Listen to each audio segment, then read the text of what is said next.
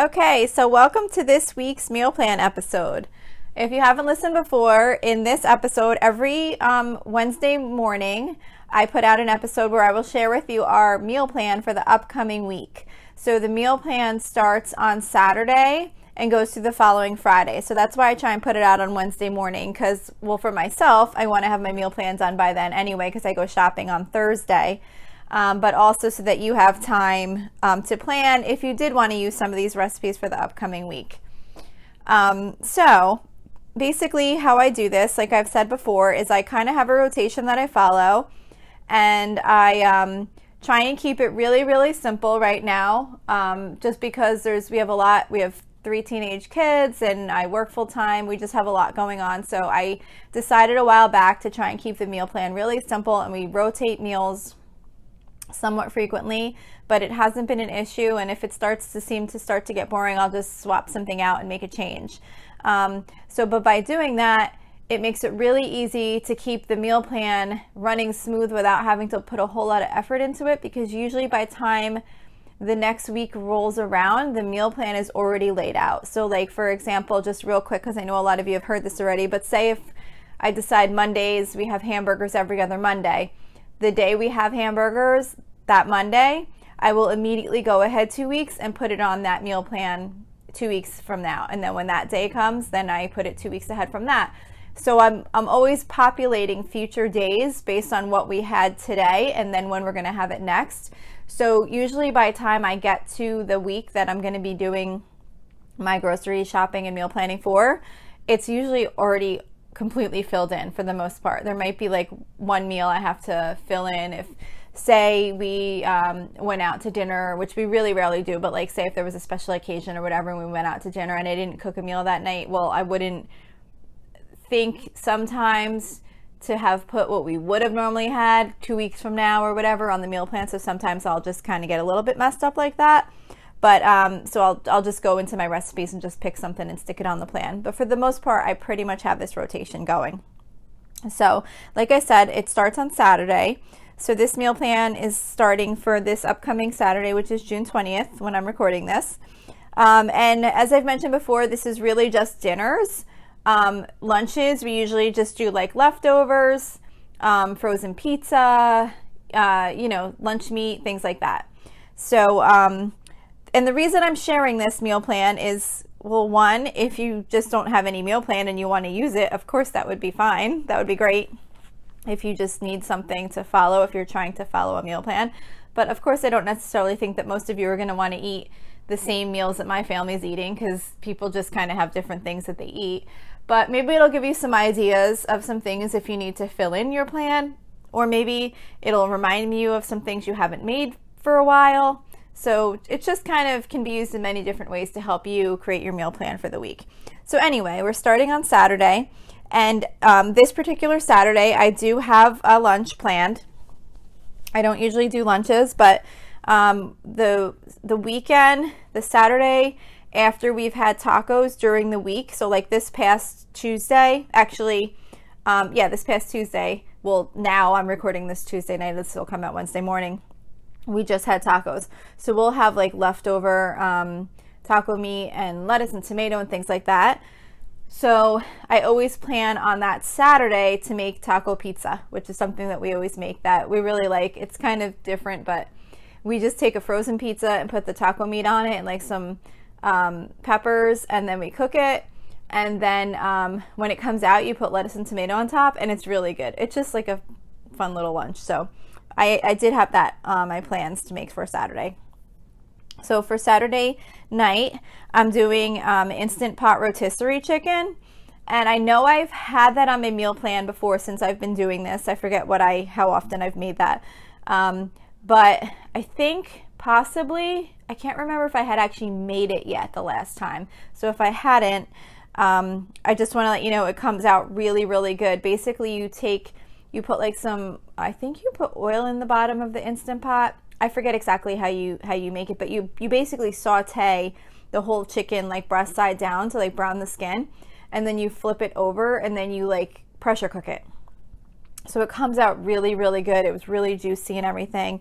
And I forgot to mention, I will be sharing the recipes as we go through this. For any meals that I have an actual recipe link for, I will tell you as I give you the meal, like I'm about to tell you where to find that Instant Pot rotisserie chicken recipe.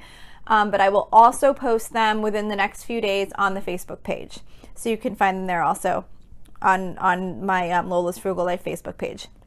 So anyway, the Instant Pot rotisserie chicken recipe can be found at damndelicious.net. It's DAMN delicious.net.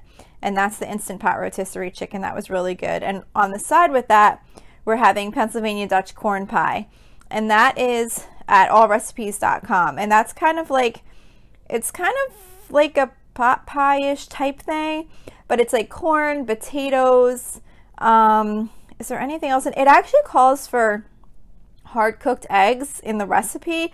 I've never actually done that. So that might be good, but I've only just always done the potatoes, whole kernel corn, and cream style corn. And then you just put like a pie crust on top and bake it, and it comes out really good. But just as an FYI, I've never made it with the hard-cooked egg, so I don't know if it comes out good like that or not. But anyway, so that is Pennsylvania Dutch corn pie, and that's on allrecipes.com. So we're having that with the rotisserie chicken. Then on Sunday, I'm doing Jenny O's Best Ever Meatloaf. That is at allrecipes.com also. And that is just a meatloaf recipe I've been using forever. It's what my kids are used to. I make it with turkey meatloaf. That's why it's Jenny O's, because it's made with ground turkey. But that's just what my kids have been used to. So that's what I always make if we do meatloaf.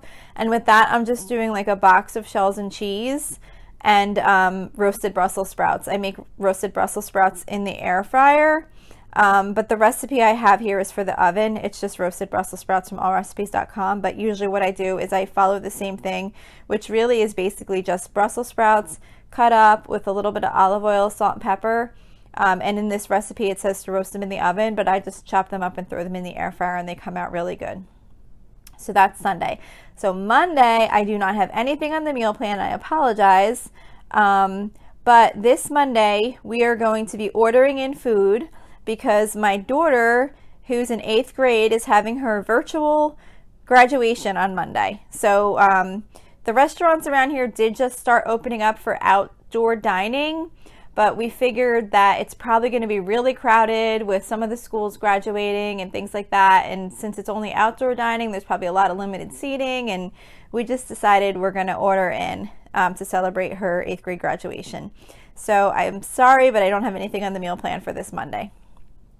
Tuesday, we're doing our Chipotle night like we do every other Tuesday.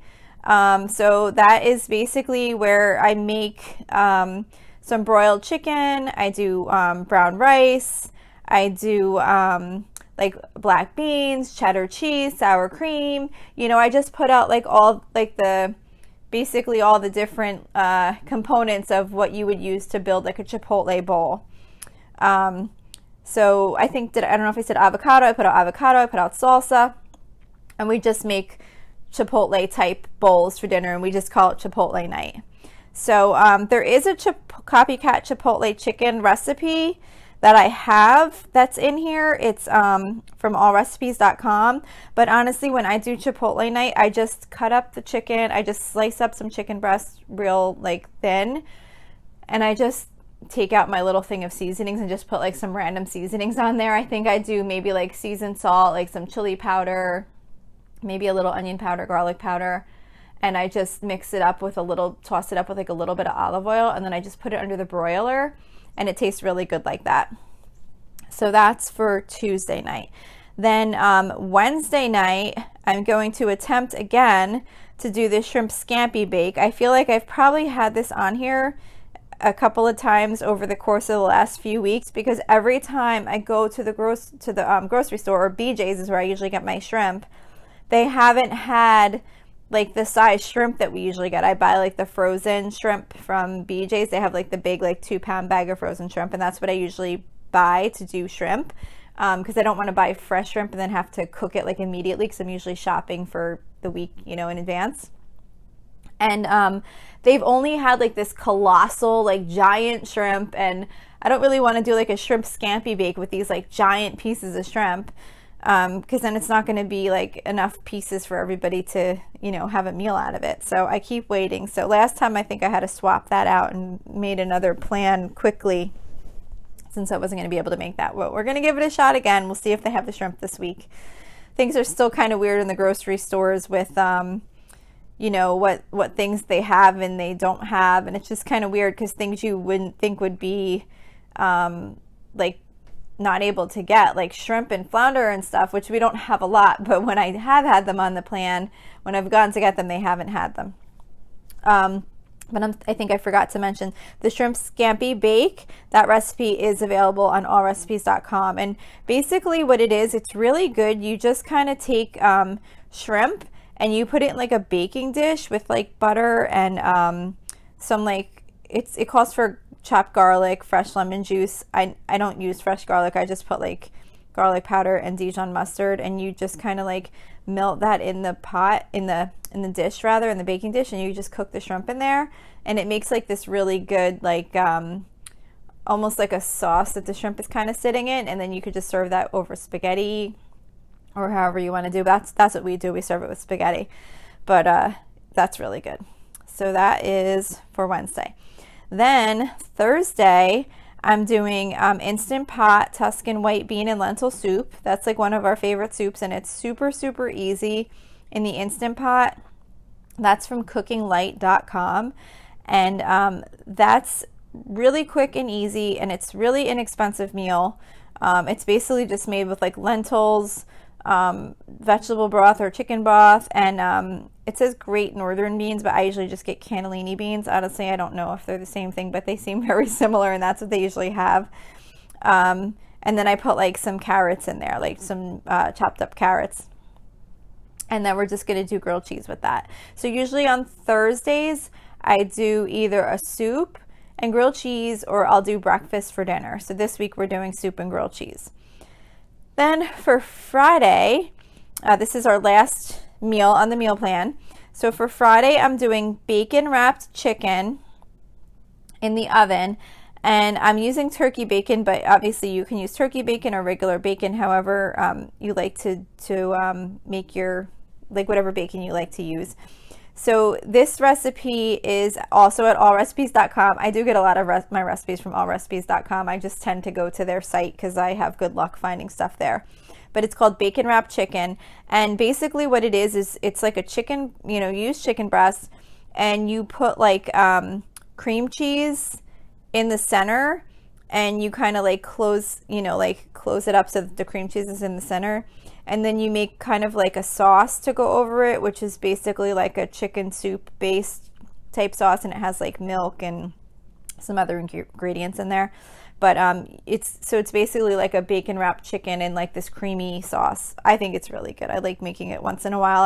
That's not something that's in our normal rotation. That's just one of the recipes that I happen to have that I'll stick in once in a while when I'm just trying to have something different or I had a gap to fill. And then with that, we're doing Chef John's Perfect Mashed Potatoes, which is from allrecipes.com. I tend to like his recipes, so that was why I found it. But it's really just very simple. It's just basically potatoes, and when you cook them, you don't have to chop them up in little pieces. You may already know this trick, but I actually only learned it from this recipe. You just peel them and cut them in half lengthwise and boil them just like that, and it's so much easier, and they come out just great.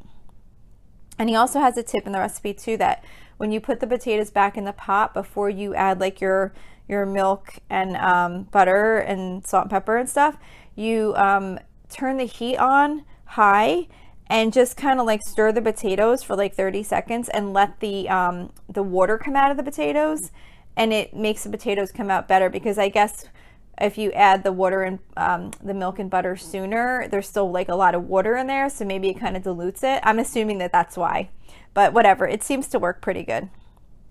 So we're having that with the bacon wrapped chicken, and then we're just doing like frozen vegetables. I just have on my meal plan, it just says frozen vegetables various. I always have like those steam fresh type vegetables in the freezer, so I'll just go in the freezer and just grab one of those and heat it up, and that'll be a side dish. So it'll be the bacon wrapped chicken, the mashed potatoes, and whatever vegetable I pull out of the freezer. So that's it for today. for the meal plan. I hope that this was helpful. I think it's so important to meal plan for so many different reasons. It's important for if you're trying to stay on a budget. It's healthier if you're eating at home than eating out. And it just makes your life easier if you do want to cook. If you have your meals planned ahead of time, it makes it easier to go grocery shopping, and it takes away from that stress when you come home from work and you're like, oh, what am I going to make today?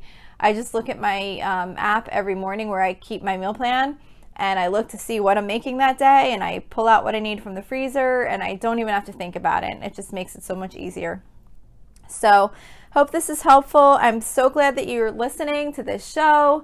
I would love to hear feedback from you if you have any, or if you have any episode suggestions. That would be great. You can reach me at facebook.com/Lola's Frugal Life. That's all one word and no apostrophe. You can message me there. You can leave a post on the page. You could like the page. There's also a link to our private user group, which we have 2 members now. I'm super excited. We just got our 2nd member. I keep checking every day. I know it takes time to build up those groups, so I'm not expecting like a huge rush of people looking to join, but I was very excited because today when I checked, I saw that I had a new member request. So I've approved her, and now we have 2 members in the group. And I would really love to build that group so we can discuss topics and share tips and advice and things like that with each other. And also, if you'd like to join the group directly, you could just go to facebook.com/groups/Lola's Frugal Life and submit a request to join. Also, don't forget to subscribe. And if you'd like to leave me a review on whatever app you're using to listen to this, that would be awesome too. So again, thank you so much for listening, and I hope you have a really awesome day.